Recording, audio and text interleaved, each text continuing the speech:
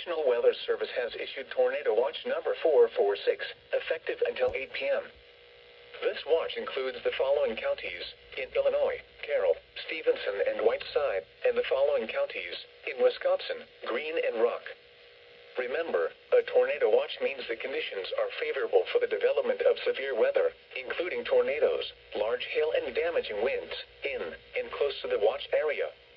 While severe weather may not be imminent, persons should remain alert for rapidly changing weather conditions and listen for later statements and possible warnings.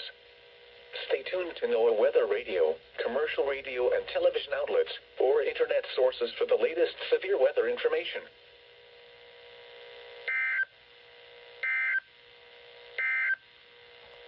This is NOAA.